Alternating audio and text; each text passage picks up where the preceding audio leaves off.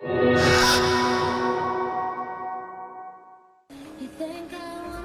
very good morning and welcome back to Italy. We're in the northeast of the country, Toblach or Dobbiaco, whichever you prefer to call it, for the next stage of the Tour de Ski, the fifth stage of 7, an absolutely crucial stage today. 15 kilometres for the women, 25 for the men. It's the men who go off first. Now, we'll discuss with Mike Dixon the changes to the course from last year's run. Let's first have a look at the programme for the day here on Eurosport. We've got cross-country biathlon and then the women's pursuit over 15 kilometres with Marit Bjørgen getting a whopping lead at the start of that one. I cannot see anyone catching her, but has she still got enough in the tank for the final weekend in Val di Fiemme with, of course, the Alpecin, the final stage of the Tour de Ski. Mike, the men going over 25 kilometres. Last year it was 35 and of course there's a lack of snow, as you can see on your pictures, and therefore we've got to go 5 times around the 5 kilometre loop. They're going to get dizzy by the end of today. Let's have a look at what happened yesterday.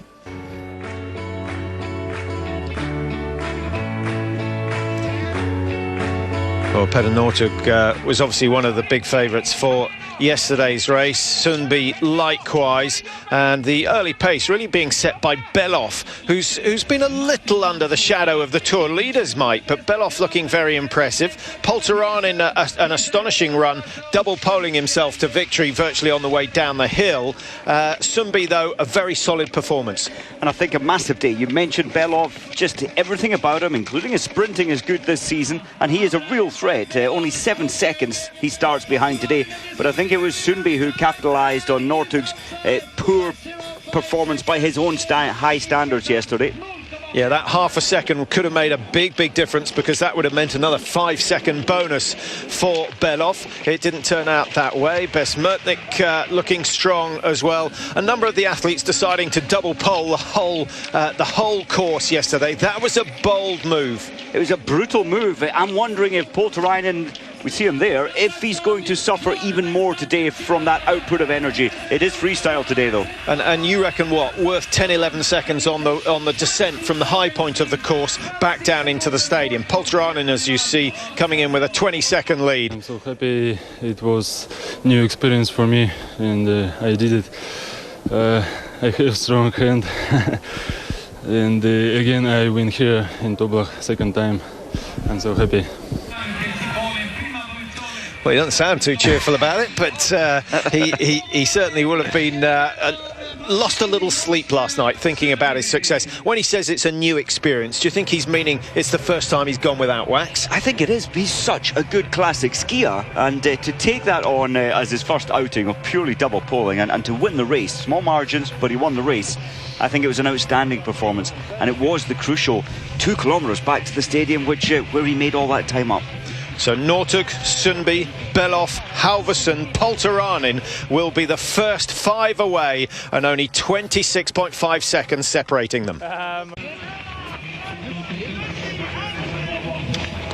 Welcome back to the Tour de Ski. We're on stage 5 of 7 today, the longest event of the Tour so far. In fact, the longest event by some margin throughout the whole Tour, and an absolutely crucial one in the men's because of the distance at 25 kilometres. And in the women's, Mike, it's only 15k, but last year they did 15 kilometres, but it was all downhill. So this is a much tougher course for them. I think this gives, in the women's field, Therese Johaug an opportunity this is her day to make a chance over this distance. Her freestyle is very good, and the climbing aspect of this track, surely Johaug can pull a little time back off Bjørgen. Well, I think she's going to have to if she wants to win today. The women going off just a little bit later on. The men going first as they did yesterday. And just a reminder of the remainder of the Tour, they have a day off tomorrow, which they deserve, because this is the 3rd consecutive day of racing, which is phenomenal when you compare it to athletics and other endurance sports, where what do they race? 5 or 6 times a year. And these guys are racing 3 days on the trot on the back of the initial opening stages of the Tour as well. So we move to Val di Fiemme after our visit here in Toblach Dobiaco, and Val di Fiemme, the venue for the final stages as always, and we have a 15k for the men, a 10k for the women, and then of course the final day, which is the chase up the downhill slope, a 9-kilometre ski.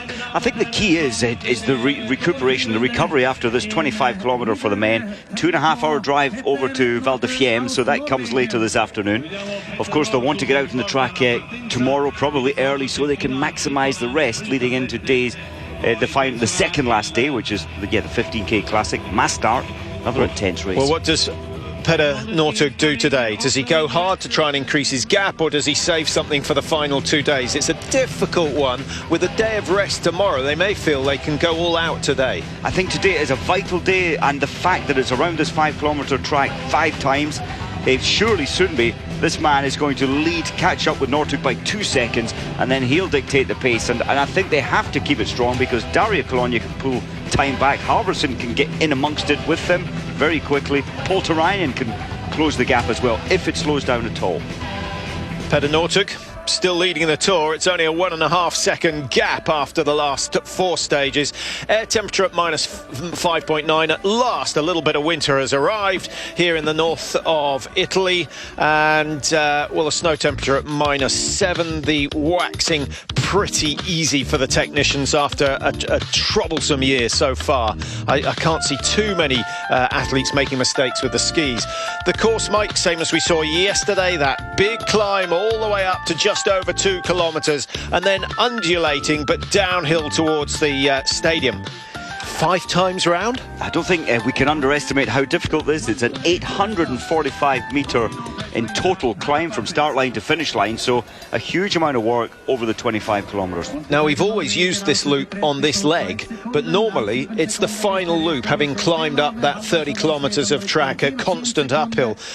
Difficult to say which is a harder course for the men.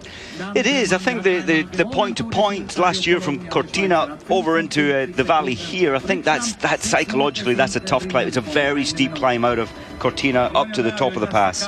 Now, as you glance your eyes over this start sheet, just remember their position is indicative of where they lie in the Tour de Ski standings at the moment, and those of you sharp-eyed may have picked up on Andrew Musgrave. You certainly will have seen the Union Jack at number 21, so he's lying in 21st position. He finished 26th in the Tour last year, but he was a long way down on the position he's in at the moment, so a really good opportunity.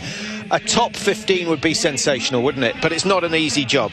It's not an easy job. Muzzy's 2:37 behind, and a real chance today. He likes the freestyle more so than the classic. I'd love to see him get up into the top 15. Separated by only 2 seconds. Belov at 7 seconds and Halvarsson 14. Polterainen 27. Just moments to go before the start of the men's 25 kilometre, the key leg of the Tour de Ski, excepting of course the final leg up the Alpe d'Huez. So Northug and Sundby are underway. Just 6.4 seconds down is Yevgeny Belov of Russia, whose form has been getting better and better as the Tour has gone on. The first of the Swedes starts, Kalle Halvarsson, who's looked very strong and very determined all the way through so far. He'll be followed by Polterainen. A little bit of a gap between Halvarsson and Polterainen, so Halvarsson has a decision to make. Does he try and catch the leaders, or does he just wait for Polterainen to come alongside? I don't think he'll do the latter, because Polterainen is not a very good he's a brilliant freestyle skier, but he's not as good as the others when you compare it to his classic style. Dario Colonia still waiting. He goes at 54 seconds. 5 seconds to go for Dario Colonia. If he's going to win this Tour for a 4th time, surely he has to make some sort of a move today. He's got Alex Harvey some 13 seconds behind, so the gap's fairly substantial between 4, 5, 6 and 7, and it's going to be really interesting to see where the break occurs, who goes to try and join the leaders and who fails to do so. Alex Harvey just going, Mike, how do you fancy his chances? Alex Harvey, traditionally on this stage, from the point to point, he's always been good, and I think the longer the distance, as we've seen in the 50 kilometres, Alex Harvey likes the distance, so I think it'll suit him today. Niskanen has gone. Eldar Roning for Norway. Next to go is Danny Rickardson, number 11. He's 1:37 off the pace of the leaders. He had a poor opening leg, the prologue, Rickardson, so maybe that's an indication that he's going to drop down the order. In fact, Rickardson losing ground in all of the freestyle legs and also failing to qualify in the sprint as well. Viljanin 12, we've got Chernozov of Russia. In fact, 3 Russians in a row. They could team up, Mike. That could be worth a few seconds. It certainly can. 148, 159, 159. If they can work together, surely the whole idea is about trying to close your gaps today. But Sundby is now at the front and pushing the pace extremely hard. Marcus Hellner is underway for Sweden. Number 19 there is Francesco De Fabiani, who so nearly got a win in Oberstdorf. Just a loss of balance cost him in the end. Maurice Magnificat, the best of the French, and only a couple of seconds behind him it will be Andrew Musgrave of Great Britain. Away goes Magnificat, who will be racing for the victims of the Charlie Hebdo attack in Paris. He said so before the start of the race, so we'll wait and see how that inspires him today. Andy Musgrave wearing 21, Sveen of Norway 22, and number 23 is Bernhard Tritscher of Austria, 2:42 behind. The leaders have already completed the first kilometre. Depressing, and what a long wait here. And of course, any athletes over 4 minutes, they'll start in a wave, and by my calculation there's going to be just under 20, 18 in fact, starting in a wave at 4 minutes. Burgel, Turchev away. You might have picked up on Federico Pellegrino. We've got a few withdrawals. We'll talk through those since that's obviously important if you're looking out for someone who's decided to call it a day on the tour once everyone's got underway. And the leaders, you can see, or the early starters in the background, a 5-kilometre loop, 5 times round. Well, it's such a different race, isn't it? In last year's, the previous years, where you have the long climb up the valley, people just taking it very, very steady indeed. Sundby's in the lead. We're with the leading group now, and no surprise to see Belov there. Petter Northug is there. Kalle Halvorsen has already gained 13 seconds on the leaders. Now that leaves Alexei Poltaranin, who we don't expect to join this group of 4, and then Dario Colonia, who was some 30-40 seconds behind Halvorsen at the start of today.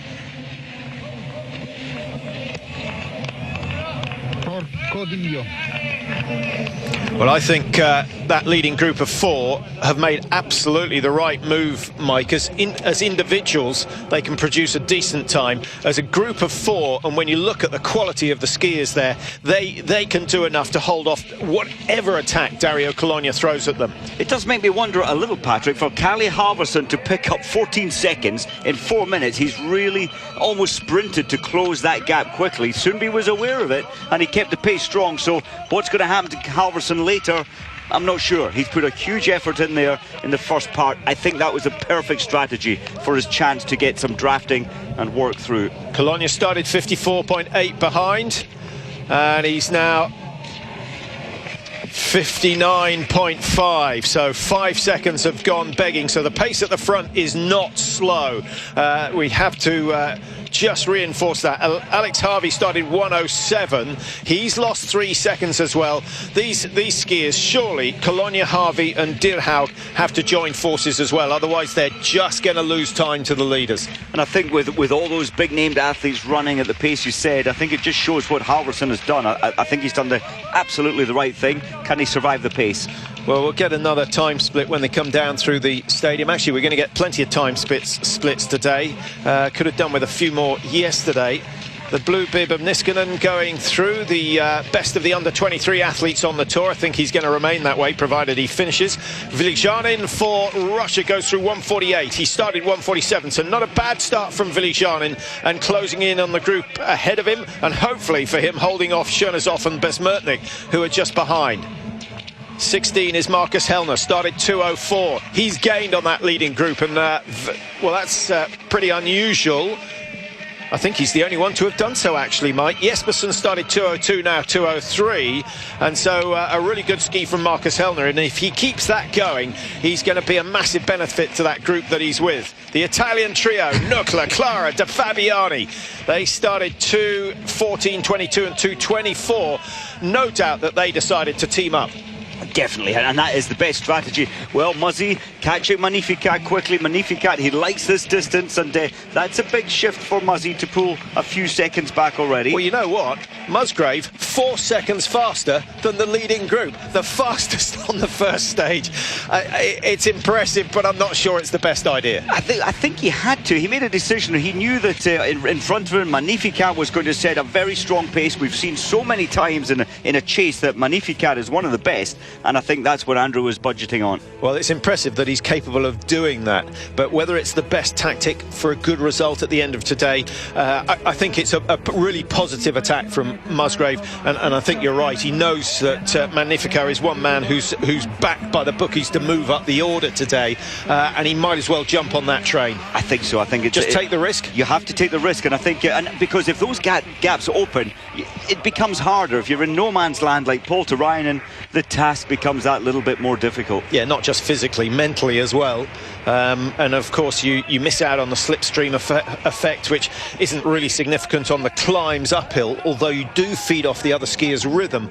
On the flats and the downhill, there's a 1.5% advantage being tucked in behind someone. That can make all the difference come the final 5th lap. And it's also about rhythm, isn't it, and relaxation. When you're tucked in behind, like Muzzy there behind the fantastic skater of Magnificat, you can relax, you can get a breather, you can tuck in, you can glide a little longer. So, but Sundby's taking all the work at the front. Yeah, this group have got to be prepared to do some of the work, otherwise their healthy lead could be eaten away by those chasing. Well, there's one man who we've seen over his 9 years on the tour that never takes the work on in a situation like this, and there he is at the back of the group. That's his way of racing. It doesn't mean he's not working at 100%, Mike. I think in so many races he's just hanging on, but knowing that if he can get to the final kilometre, he's got a chance of winning. That's so true, but it is the sensible strategy. Why do all the work at the front? Sundby knows he has to keep the pace strong to not allow Paul Turainen in. He'll be aware that Cologna's trying to close the gap down, so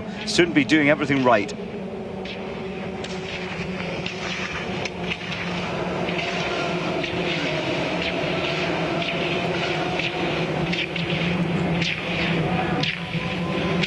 Well, we were expecting Paul Turainen to lose ground. He started 26.5 and really just waiting for someone else to catch up with him. And the man who will catch up with him at some stage is Dario Cologna. Now, how's he feeling, Mike? So often, in fact, just about every time he's been in the Tour, he's been in a position to win it on stage 5. It's quite a significant margin, 54.8 seconds at the start of today. That's extended to 1:05. How's he going to cope mentally with that? I think it's a difficult day for Cologna. Had he been by chance in with, say, Halvorsen, another athlete, his journey would be easier. Is he pacing it sensibly? 10 seconds slower at this stage. Maybe he's just going with the knowledge this is over 25 Ks and not 3.6. Yeah, so Cologna's lost 10, Harvey's lost 11.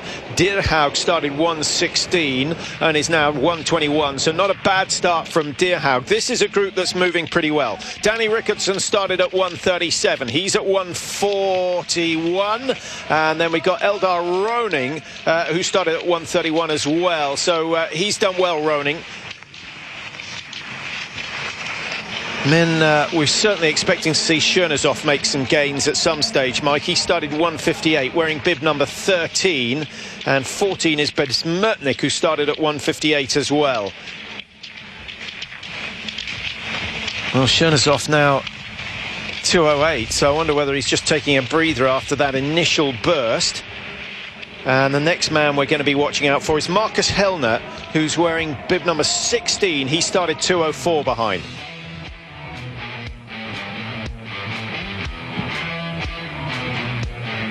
Fifth in the Tour, it's Alexei Poltaranen of Kazakhstan. Enjoyed his victory yesterday.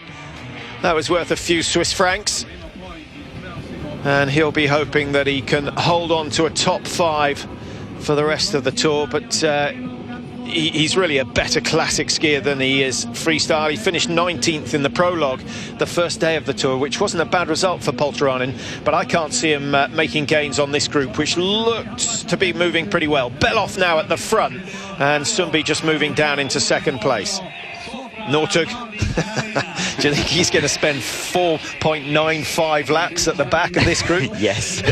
But it was interesting as he was gliding into the stadium. Well, he's going wide now on the right. He was just shaking his arms, just getting the blood flow through, just managing his energy systems, managing his recovery. Well, you know why he moved to the right, because he always takes maximum speed into the base of the hill. Now, most people just stick in behind the skier in front and therefore have to decelerate. Northug reckons that is wasted energy, so he'll move to the side, move up along the guy in front, and then as they do the work on the uphill, he'll just drop back into the position. Seen it time and time again. And when it comes to the crucial stages, he may well try and get in front before the start of the climb and then dictate the pace up the hill. But everyone knows what his trick is now. They do, but even though they know his trick, and which the three others in the pack at the front, they know exactly his games, but they don't seem to be able to preempt him. They know what he might do, but he can cheekily come up with another strategy that is a winning strategy. Yeah, he does have this ability. You know, we know all about his sprinting and we know all about his determination, but one of the things that I think sometimes underlooked is his ability on the downhill to accelerate, and then his agility to work his way through the field into the right position. Not all skiers can do that. In fact, he's probably the best at it in the world. He's incredible. In Oberstdorf, day 2, he found he created some amazing speed on the descent. He cut the corners way tighter than he ever would normally to get his exit speed into the stadium faster than anybody, and then all he had to do was double pull to the line. Well, it's not looking good for Swiss ski fans, because Cologne has already lost 15 seconds. That's one loop completed. They've got another 4 to go, so it's not over yet. But if it continues as it started, then Dario Cologne is going to be way behind at the start of tomorrow's leg, which is a 15-kilometre classic, and he may get 30 seconds back in that, but certainly no more than that. And then he's going to have a tough climb up the Alpe d'Huez on Sunday. Niskanen, and well, he's in a great position, isn't he? He's behind the tallest man on the tour and the man with the biggest slipstream, Rickardson. Rickardson, I think, will do very well today. Halvorsen has got his recovery now, if that's possible, after his 14-second pickup. It's quite a feat, that, to pull 14 seconds back so quickly. And good news for British fans, Muzzy he's absorbed the 3 Italians, so there's a potential already for him to be moving up into effectively 17th place in the tour. Well, that's a fantastic effort from Musgrave. Our only concern is that he pushed so hard in the first 1.5 kilometres to get in contact with Maurice Magnificat. But if the plan's working at the moment, come lap 4 and 5, we'll see whether he pays a price for that initial burst. Well, Northug at the back, Patrick, I know he's a deceptive. For me, he's certainly looking tired today. They're all tired, but he's looking just a little more tired than the 3 ahead of him. Dario Cologne has gone past Polteranen, as you can see, so he's made up some 30 seconds, 28 seconds it was, in fact, initially, the margin. And 7 and 8, which are Alex Harvey and Nicholas Dierhaug, who started some 42 seconds behind Polteranen. Look from this picture as though they're closing in, but they've still got a bit of work to do before they draw alongside the black suit of Dario Cologne, former world #1. I'm wondering, who is the best skier? Sorry, Mike. Who is the best skier in the world at the moment? Who do you put your money on? Oh, I would say it's still Sundby. Still Sundby. Yeah. He's got so much mental strength up the front there. He's such a determined character. Cologne, for me, is, as we've had our debate before, but is it Northug? Is it Cologne? Cologne is a good all-rounder. Well, if you take I think Sundby, he's running this one well today. His pacing is good. Yeah. Take Sundby, Cologne and Northug all on their very best form. Northug would win a mass start. Cologne would win a 15-kilometre. And Sundby would win over any distance longer than that. I think so. The longer the distance, the better Sundby. And he got his strategy a little wrong at the Olympics over 50. He should have got a medal that day.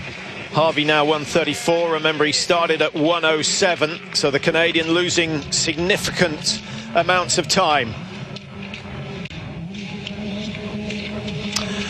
Welcome back to Italy. Svein of Norway just going through, and I can tell you, as you can see, Andy Musgrave's gone through at 2:33 and is still the fastest skier out there on the tracks at the moment. 3 seconds quicker than the leading group, and still that is of concern, but he's putting up a tremendous fight, Andy Musgrave, and they've left a little bit of a gap between themselves and Svein of Norway, who started 22. So it's a great effort from the Brit, who's doing his utmost to get himself into the top 20 of the overall Tour de Ski, and if he can keep this pace going, he'll certainly achieve that, and then he's going to need at least 24 hours to recover. And you know, Patrick, just 25 seconds faster. If he can pull back 25 of those ahead of him, it could move Muzzy up into top 12 in the Tour de Ski. Long way to go yet. 25-kilometre race, 10 kilometres shorter than last year, but instead of the one long climb up the valley towards Toblach, it is this 5-kilometre loop. They're going around 5 times, and therefore they have to ascend the big climb that many times, and I wonder whether this group of 4 are going to stay together the whole way through. Halvorsen now looks as though this is a concerted effort by Halvorsen. Beloff looks okay. Sundby looks comfortable, but Sundby looks comfortable even if he's on his last legs, and Northug at the back always makes you think he's had it. Isn't it strange? And will it rattle, will it annoy the other 3 who have each of them done a lot of the work at the front? You know, for a kilometre they're doing the chain gang like cyclists do, taking the lead, moving back. Northug's having none of it. He's in 4th position all the time. That will irritate them. Well, it's a really good opportunity, Mike, with Northug and Sundby both in that front group, to look at their different techniques, and we have many discussions about this. I feel, and you can see it when they ski together, that Northug has got too much flexion in the hip, and he's too reliant on the upper body, so the torso and the arms, you know, the lats and the triceps. Sundby looks very erect, the hips are forward, and most of the power, because of that, is coming out of the legs, and that's the big muscle group. It's interesting. I mean, Northug has cut, you know, a new way of skiing, a new way of attacking. But I think you're right, and I think especially on the final day, when you're climbing up the final 4 kilometres of red downhill ski run, I think his Northug's slower tempo is what is his undoing in the climbing. You need a good cadence, an upper tempo, as Jon-Trude Sundby has. Well, we'll get to see that in a moment. Let's just pay attention to Dario Cologna. And last time we saw him, he was a minute 15 off the leaders. Has he started to accelerate? Looks as though he has a little bit.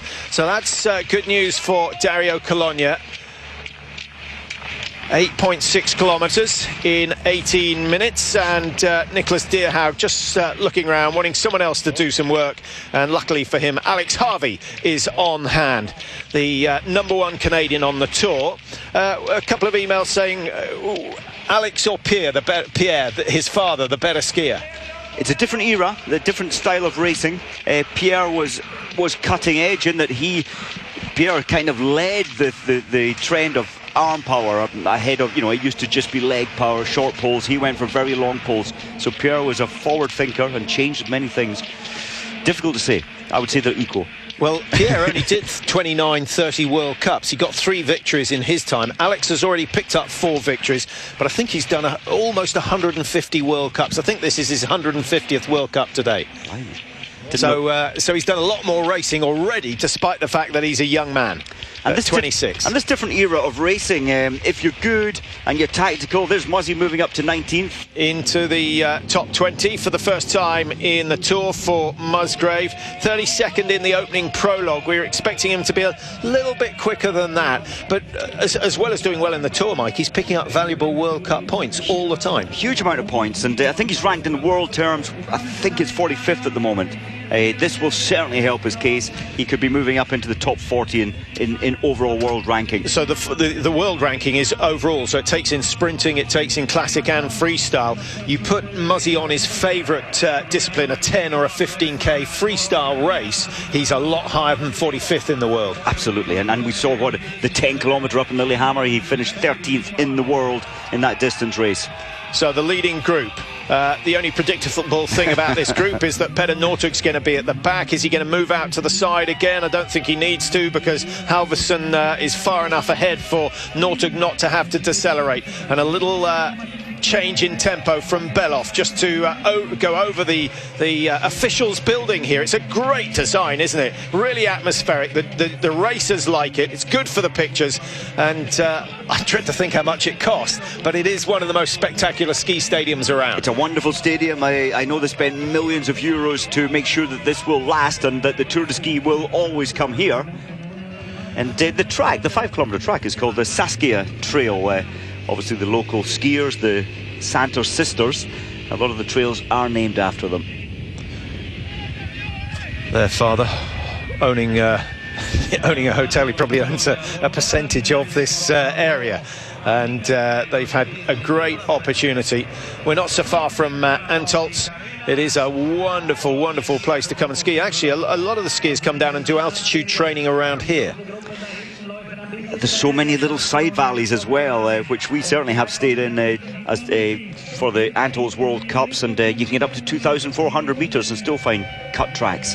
Now, will Dario Colonia have clawed it back? He went from 1:15 behind to 1:13, and a couple of kilometres further on, it's gone back the other way. So losing time on the descent to the stadium. That's a little bit of a surprise. It is a surprise, but I think when Belov took the lead again, he really started upping it, was irritated with Northug, and I honestly think, Patrick, I think this is a defining moment in the senior category for Belov. He seems to have landed, he seems to have more stature, and he really wants to win the Tour as well.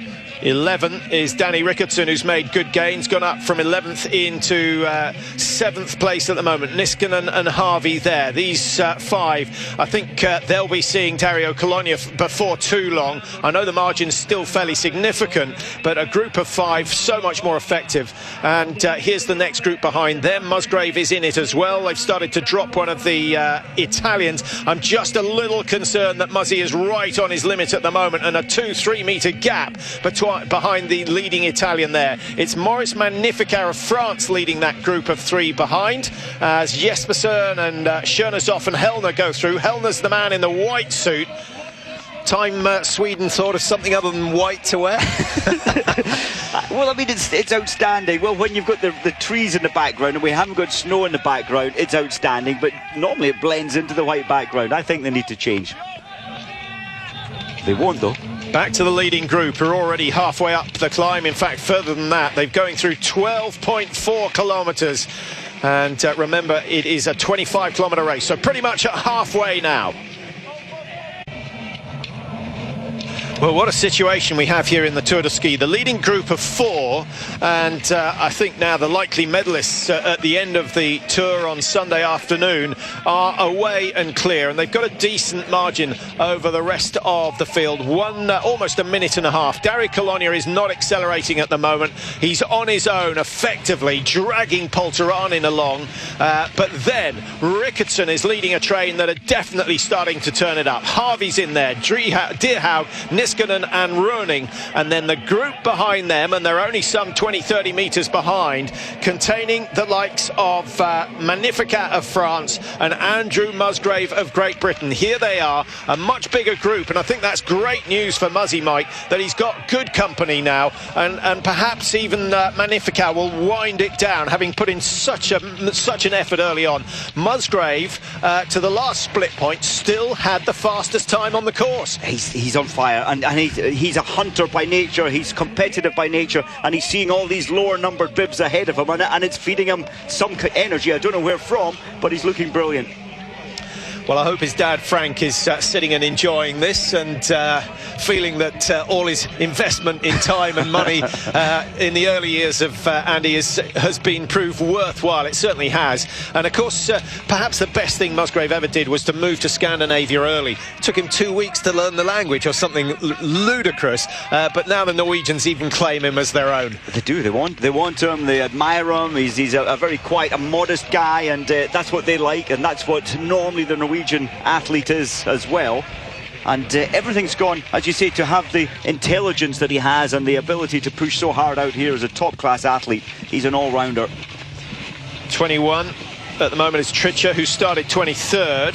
2:42 was the margin initially for Tritcher, so he's lost a significant amount of time. This is the leading group. Sundby out there in front at the moment. He's shared the bulk of the lead with Belov. Halvorsen has done a little. Actually, Halvorsen accelerating after they completed the second lap, but Petter Northug, he's been in 4th place all the way along, having started first. It really didn't take any time at all before he dropped to the back of the group, and that's obviously a race tactic.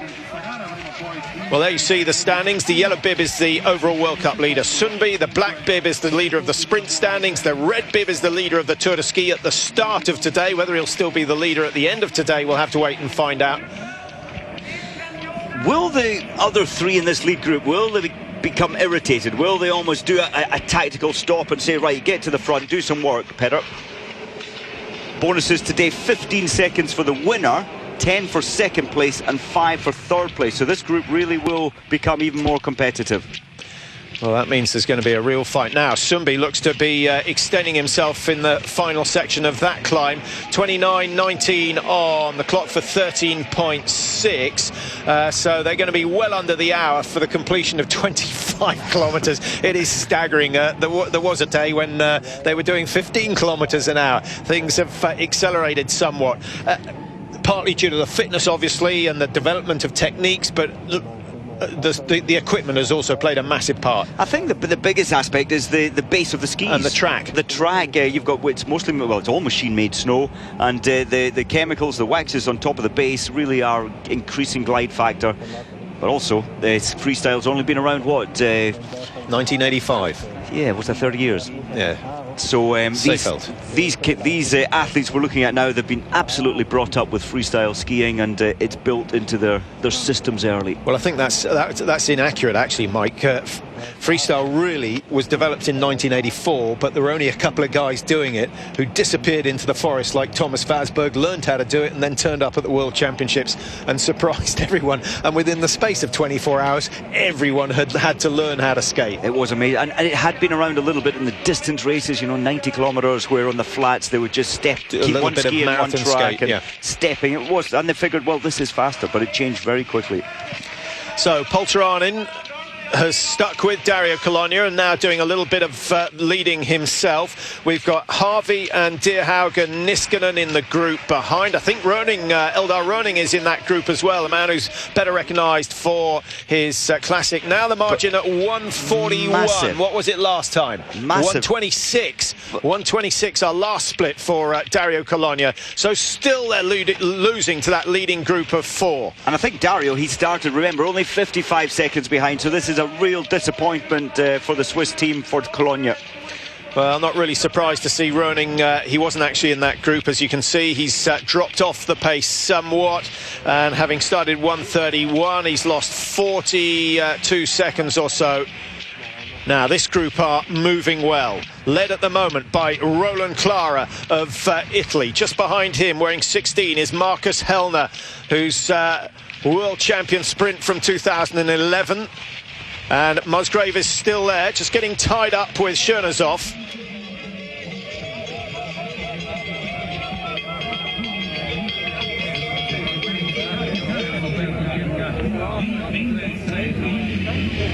So down into the stadium.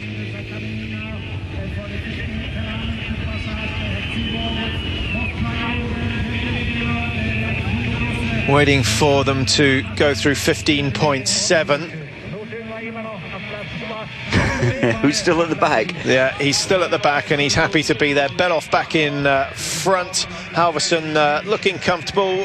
Can you read the body language of these 4, Mike? It's so difficult. It's so difficult. Northug occasionally looking fatigued, but he's the wisest athlete there. He's making this the most efficient and easy journey he possibly can, and that's what racing is about. I still love the way that Belov is pushing hard. He's technically brilliant. You just feel he's going to try and snap this group. Well, it may not come on this lap. 3 laps completed. They've got another 2 to go.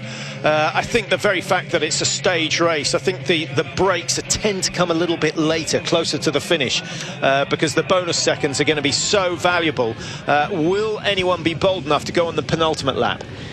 Possibly, but they've been given the split times on what's happening behind them, and they've been told Dario Colonia is 1:38 behind. That's the next serious threat. So they're realising that now the Tour de Ski is about these four for the top titles, for the big prize money and the 400 points. So I think they've slowed down a little at the front, and that will allow this third chasing group, I think, to absorb Colonia, and maybe they'll realise there might be cat and mouse going up the front. So this will energise this chasing pack.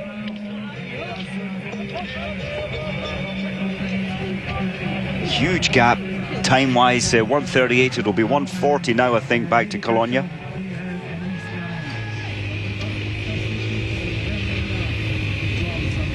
Alex Harvey in the lead in this group. He's done a fair amount of leading.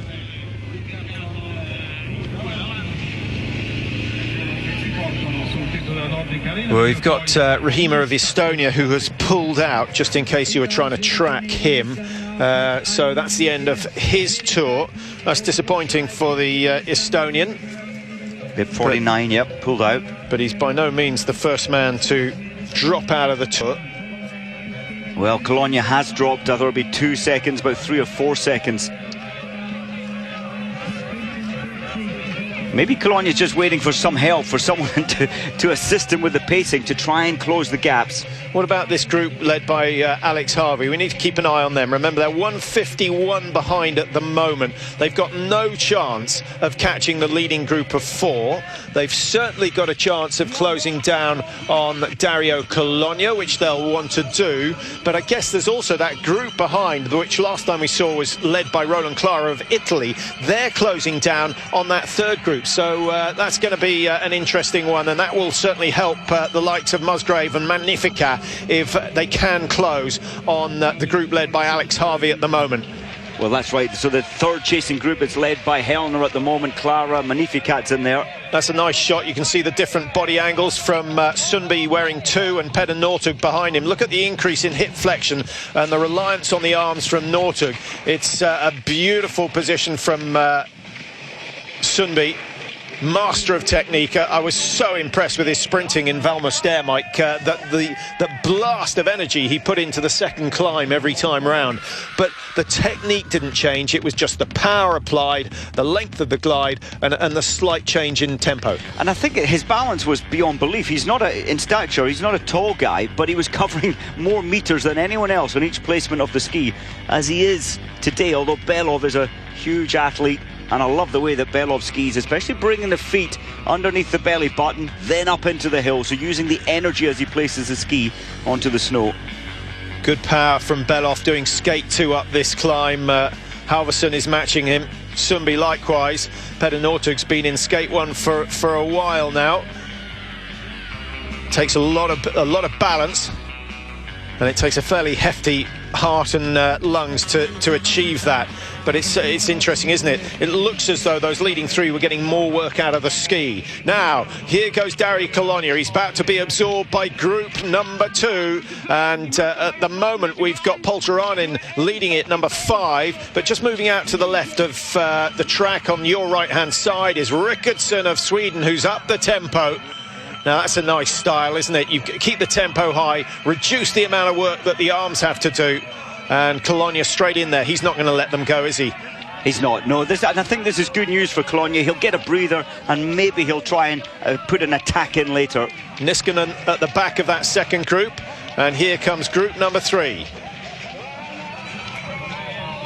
Led by Magnificat at the moment. We'll get the splits as they come through. The good news for British skiing is that Andrew Musgrave is still in the third group. Remember, he started number 21 today.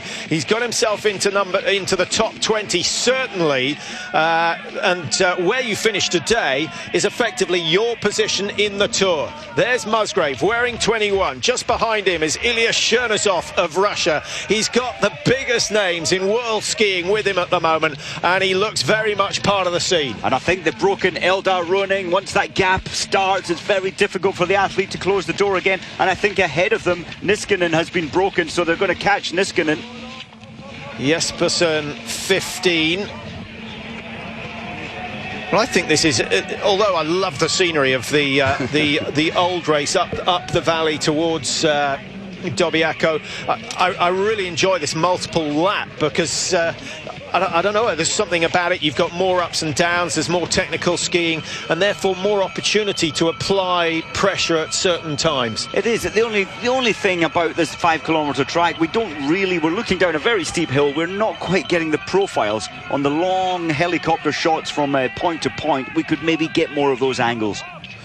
24, Tony Livers, haven't really seen him before, and Livers is going to be over 3:20, perhaps even 3:30 behind the leaders. Francesco De Fabiani, number 19, he's some way back at the moment. I thought he might make some gains today, but he's not managed to stay with his teammates Clara and Nukla, who are in that group with Musgrave further up the track.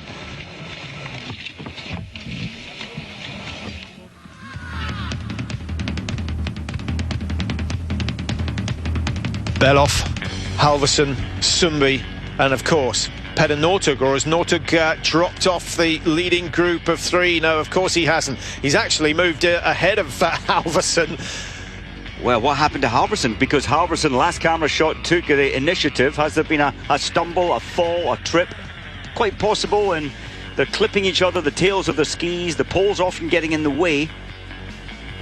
Sumbi seems to be breathing fairly heavily, if you judge by the ice on the beard and the moustache. Rickardson looking good, number 11. Dario Colonia looks a little bit tight in the shoulders.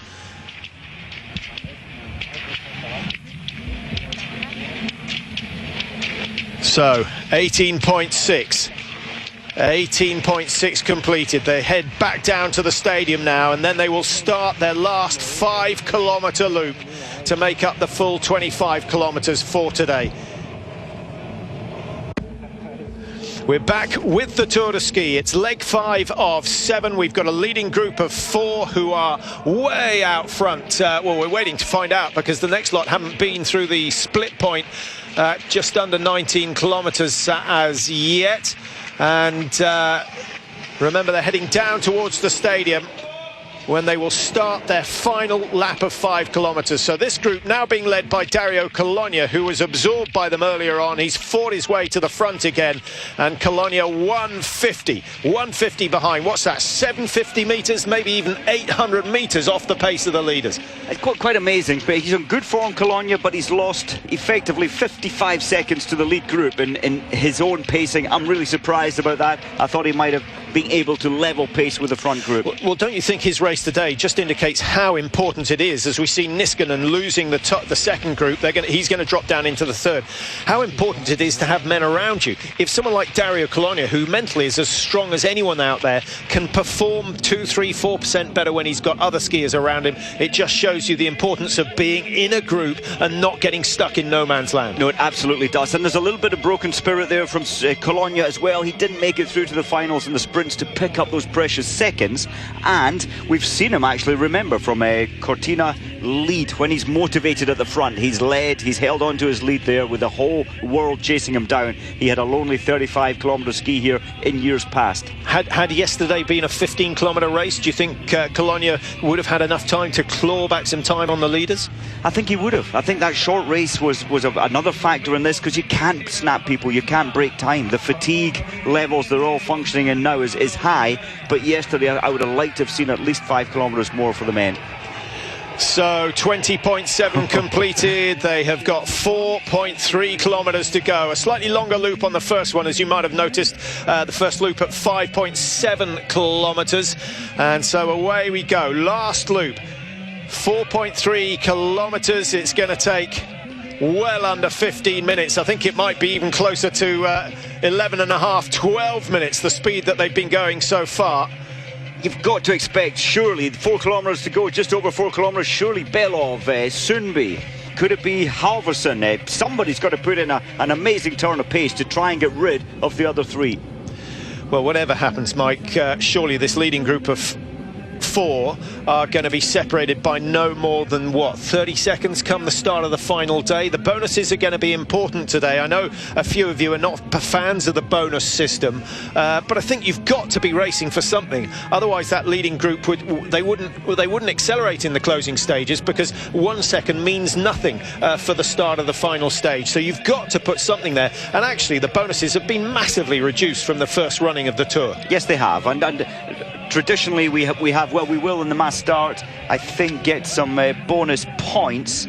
But no, in fact, Saturday is just the top three, 15, 10 and 5 again. Often we've picked up bonus seconds on the way round. Yeah, but so they've taken out those intermediate points that Northug and Colonia used to sweep up between them and make the Tour a two-man race, whereas this year it's fantastic. We've got 4 men in the running now for the overall win. We've got a whole host of men looking for those minor placings, so there's going to be almost a mass start at the start of the final day, the way things are going at the moment. Let's look at the margin. It was 150 last time we saw them at the top of the hill on the penultimate loop, and they've still got at least 15 seconds of skiing, so I don't think the group led by Dario Colonia has made any impression on the leading group of 4. But what a race these men are going to have. Alex Harvey is there, Colonia in black, the tall man in 11, that's Rickardson. Just behind him, number 5, is Alexei Polteranin, and 5, of course, the position he's in the overall Tour at the start of today. And then the third group, which is slightly larger, and looks as though Niskanen's being blown out the back of that at the moment. We have Andrew Musgrave wearing number 21. Slight falter on the technique there, Mike. The fatigue setting in. We suggested if it's going to hit him, it's going to hit him on lap 4-5. Well, it will, but I think he's so motivated. They've absorbed Niskanen, and he's just dropped off the back quickly. He's completely spent, Niskanen. So it really is survival for a lot of these athletes. Sunby now is trying to lift the pace, trying to get rid of at least one of them. Yeah, Northug's problem with being in 4th is that if Sunby pulls away from Belov, then Northug's not really going to be in a position to challenge. He'll keep an eye on it, though. He will keep a careful eye on it. Well, how many times has Northug showing us the impossible? And that's in the back of his mind. He's the ultimate racer. They're beginning to play cat and mouse a little. Northug picking up 3 meters just by his stepping around that corner. Yeah, I mean, there aren't many men who would choose to be at the back of a big group in a race. We've often said that the position to be is 3 or 4 because it reduces the concertina effect. But the way Northug skis, it doesn't matter. We saw that on the second stage of this Tour, the 15-kilometre classic in Oberstdorf. He was happy to sit back in 20th, 25th position, and he still came through to take the win. It's amazing. His turn of pace. Nobody can match that even now after they've seen him around in the World Cup for 10 years. Well, Kalle Halvarsson is Sweden's big hope. There he is in the white suit, as I'm sure you know. He's had a very good season, Halvarsson, second in the overall standings. He comes from Falun, so he'll be looking forward to the World Championships on home snow. And he's had 10 results this year in the top 6, which is fantastic. And if you look at his improvement over the years, his World Cup ranking, 47 to 15 to 5, and now sitting in second. That is the sort of progression you want to see from a youngster. It's brilliant. It's so good. And of course, he was formerly a teacher, and when he eventually got the funding to join the team full-time, his results just went up and up all the time. Could this third group of chasers absorb this group? And if that is the case, that gives many of these athletes a chance to place, 5th, 6th, 7th, 8th, 9th in the Tour de Ski. Yeah, they look as though they've closed down a little, but I suspect that group led by Rickardson at the front have a little bit more to give. There's Alex Harvey, Dario Colonia just dropping to the back of that group, having done his fair share of the leading, and then we'll see them through. 150 last time round, and the margin just fractionally bigger, so they are certainly accelerating now in their bid for the minor places. No bonuses available for any of these men.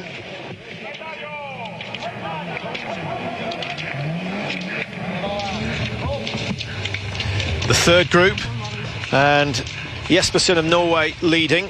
12 is Vilishanin of Russia. Behind him for Italy is Roland Clara. Behind him, Maurice Magnificat, the best of the French. And behind him, the best of the British, Andrew Musgrave, in the top 15 of the standings in the Tour de Ski at the moment. If he can stay on his feet, he is certainly going to stay in the top 15. Phenomenal effort from Andrew Musgrave.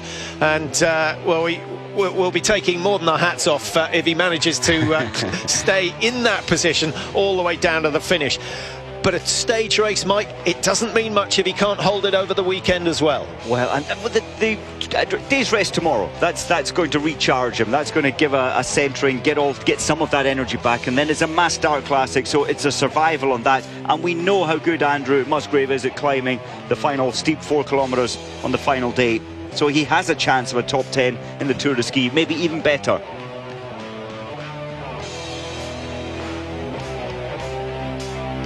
Still waiting for them to go through 23.5. We'll give you an update when we've done that.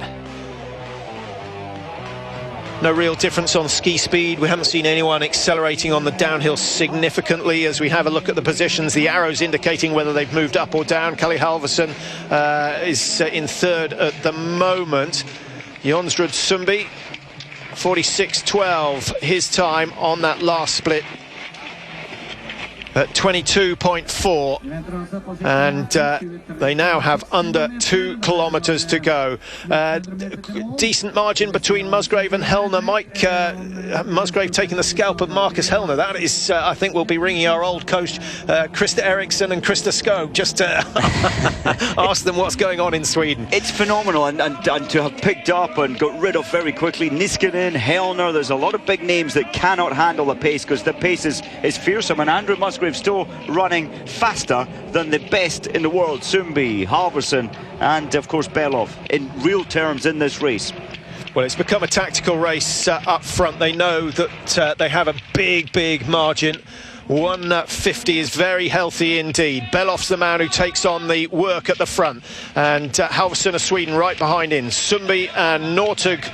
The back still only two. I don't think we've ever had more than 2.4 seconds separating all of them. And with 1.4 kilometres left, I'm amazed that someone from this far out isn't trying to get rid of, snap a little bit, roadblock somehow Northug, because they know they won't stand a chance if he gets closer to the stadium and he decides to go to the front. But you have to remember, Mike, Belov put in a great performance in the sprint in Val Moser. We had Sundby on the podium in the sprint in Val Moser. So Northug may not find it so easy. He's got some pretty good fast twitch skiers in front of him. He has, and these tracks are only 6 metres wide because of the lack of snow. I know they've made them half a metre deep, but that could well be a factor for Northug trying to get around the traffic ahead of him. And actually, all 4 of that leading group were in the final of the sprint in Val Moser, so there are going to be some fireworks coming into the stadium. Looking forward to that already. Behind them, there's a good fight for the minor placings. I think that second group are going to hold off the first group. There is still a margin of something like 18 seconds. 144 behind. The chase group have picked it up. They've closed down 6 seconds since the last of the split points, but too little, too late. Certainly, as they come towards the 50-metre point for the time split.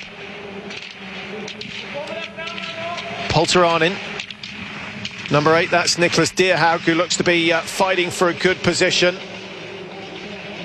Well, Alex Harvey hasn't really made any mistakes, Mike. It's damaging in terms of his possibilities of finishing in the top 3 in the Tour. I think it's put an end to that, but he still looks impressive. He's still, and for me, the surprise performance is Cologne dropping a minute off the lead time. He's just not at the races today, whether it's his glide factor on his skis or the feeling of fatigue in his body. Now remember, Magnificat, who started this race, started 2:34 behind the race leaders, and Musgrave started 2:36. Magnificat's got it down to 2:04. Musgrave's got it down to 2:06, so they are the 2 fastest men out there today.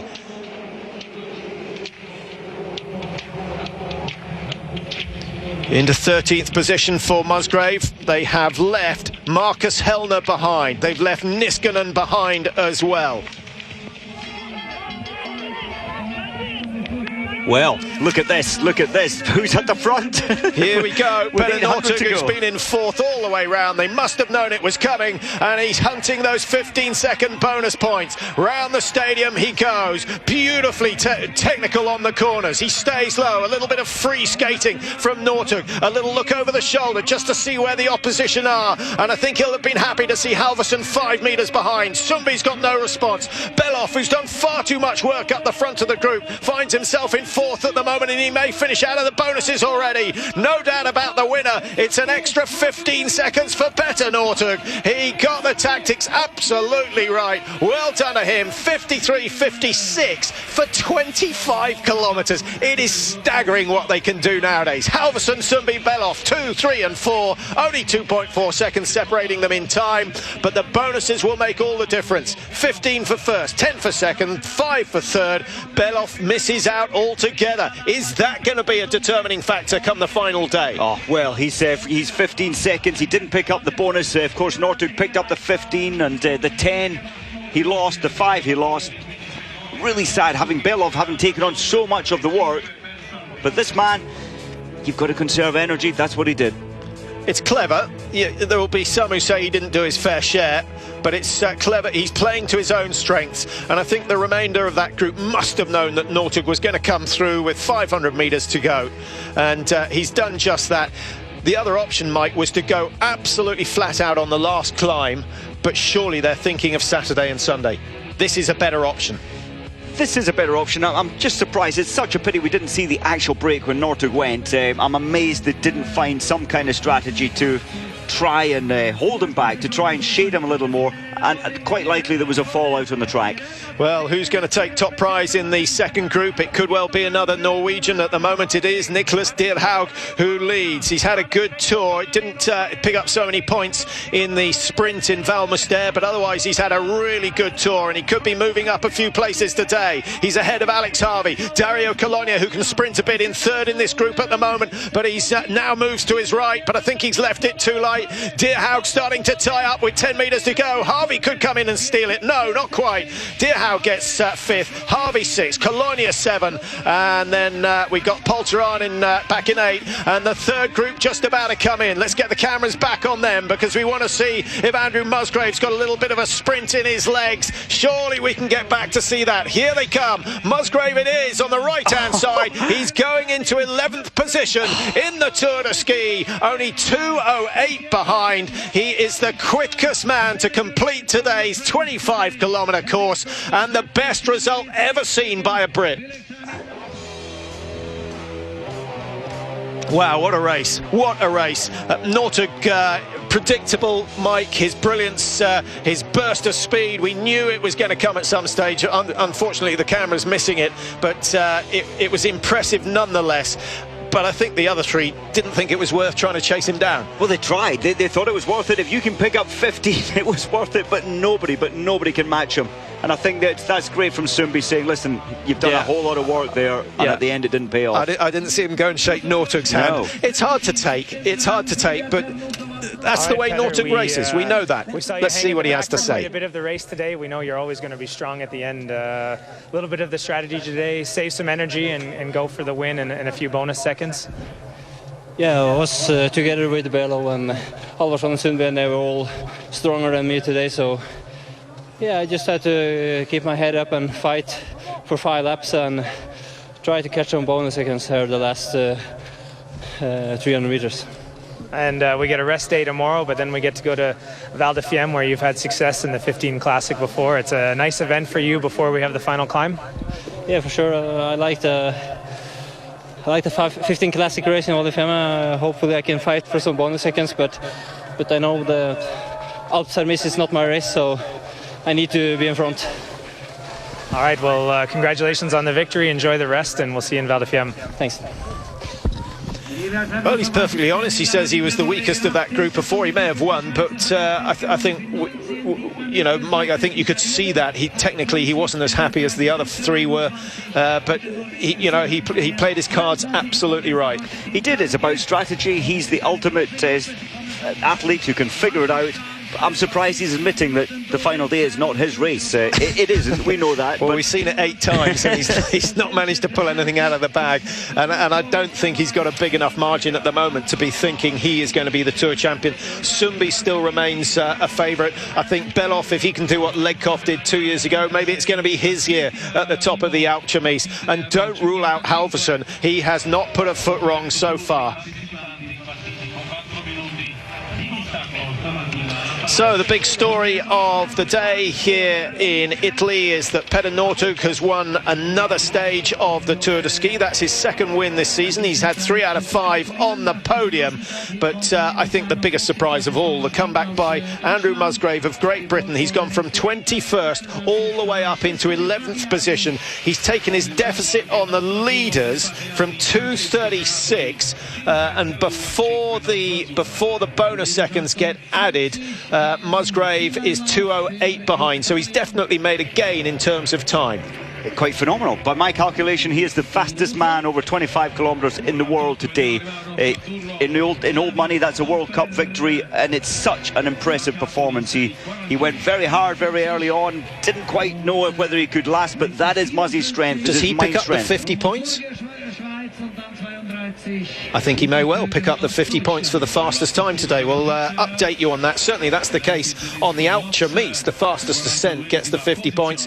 The winner of the Tour, of course, getting the full 400, which is a hefty whack to take, and often determines the outcome of the overall World Cup come the end of the season. It's brilliant, absolutely brilliant. And I think Belov, he finds himself now, some 16 seconds off Northug's lead time, having crossed the line within a second and a half of him. And I think that's disappointing for the Russian. I thought he may well have finished second, even first today. Tamyov of Estonia at 48, they'll go in the wave. Well, they started in the wave.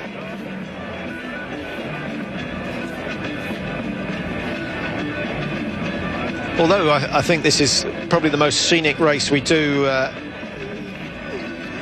certainly in the Tour and during the season, Mike. The crowds here in Italy, certainly not as vocal, not as big as they were in Val Moster, which have really taken the Tour de Ski to their hearts.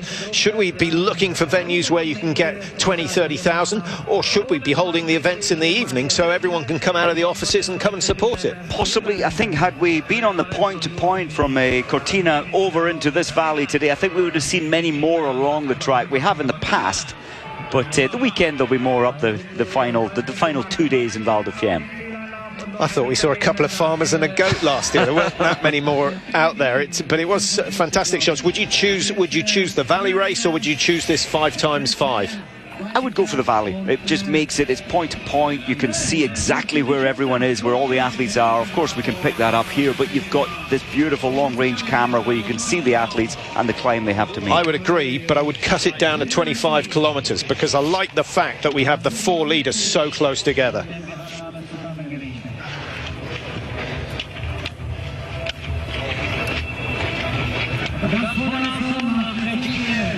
So we still have one race to go here in Toblach, and of course that is the women's race over 15 kilometres. It's a much harder race than they had to do at this stage of the Tour last year. Marit Bjørgen is going to be out on her own, and I guess, Mike, we have to look and see whether the Usbergs and the Wengs and the Johaugs team up to chase her down, or whether Johaug goes it alone to try and chase down Marit Bjørgen. That's going to be a fascinating race, even though there is a much bigger gap between the leaders. A huge gap, but I think we're absolutely going to see Therese Johaug trying to make a huge... This is her only chance to close this gap. It's a big gap, 2 minutes, and she's going to try surely to close that as best she can. Bjørgen, will she be a little complacent today? She's got such a huge lead. I don't think so, but surely she can't keep providing us with the best and the fastest times day on day on day. I saw when Giorgio Ticenta came across the line, a big shake of his head. He's over 8 minutes behind. Normally we always see him in the top 10 on this day of the Tour de Ski.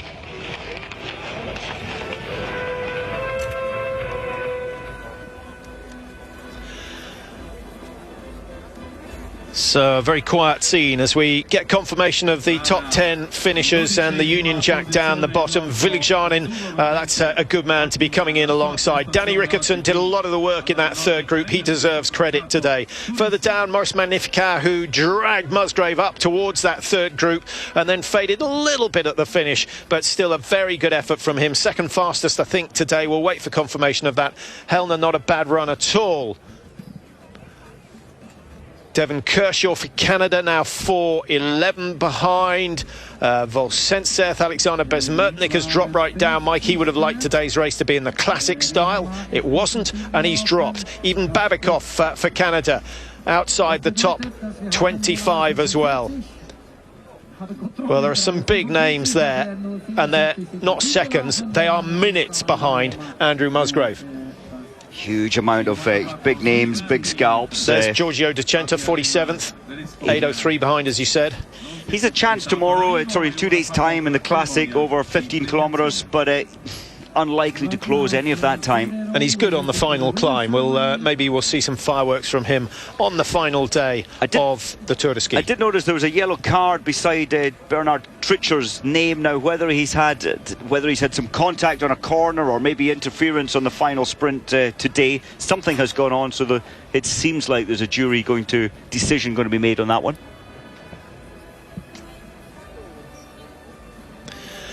So let's just recap the top positions. Northug winning yet again in the Tour de Ski to extend his lead. Halvorsen in second for Sweden, Sundby third, and Yevgeny Belov of Russia in fourth position. 17 seconds now, that's with the bonuses added. So it's so tight at the start of the final day. Of course, we have one more race before then, which is the men's 15-kilometre classic. It's a mass start, so they'll all be keeping eagle eyes on each other all the way through that. Deerhaug, Harvey, Colonia, all over 2 minutes. That's a massive margin. They're 800 metres off the pace of that leading group, and it is possible with the design of that final day, a 2-minute margin can be gained, but you've got to be on the best form of your life if you're going to do that. And although Northug leads, I think Sundby, Belov, Halvorsen all have a better chance of winning.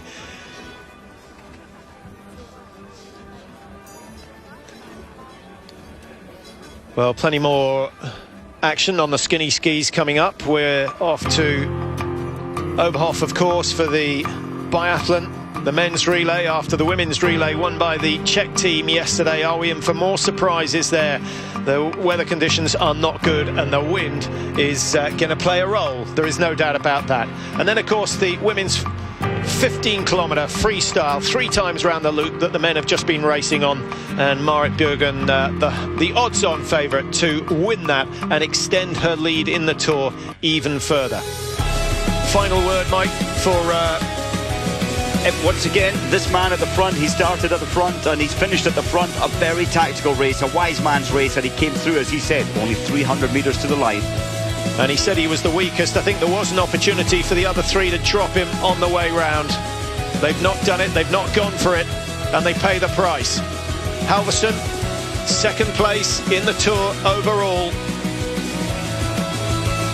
Is it going to be the Swedes here? Charlotte Culler's won it for them before. Is it going to be Halvorsen in 2015?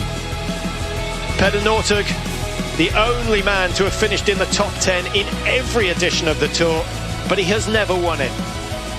He certainly deserves it for effort alone, but the bookies will still not fancy him because he doesn't like that final day. He knows it, we know it, but can he disprove us?